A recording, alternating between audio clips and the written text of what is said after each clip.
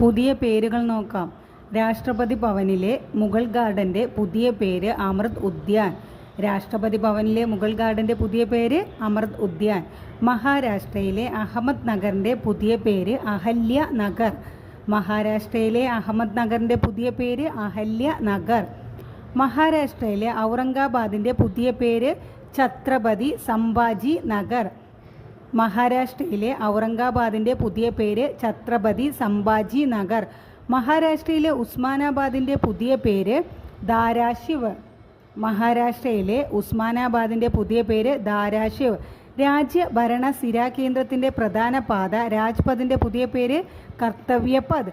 രാജ്യഭരണ സ്ഥിരാകേന്ദ്രത്തിന്റെ പ്രധാന പാത രാജ്പഥിന്റെ പുതിയ പേര് കർത്തവ്യപഥ്. മുഗൾ ഗാർഡൻ അമൃത് ഉദ്യാൻ, അഹമ്മദ് നഗർ അഹല്യ നഗർ, ഔറംഗാബാദ് ഛത്രപതി സംഭാജി നഗർ,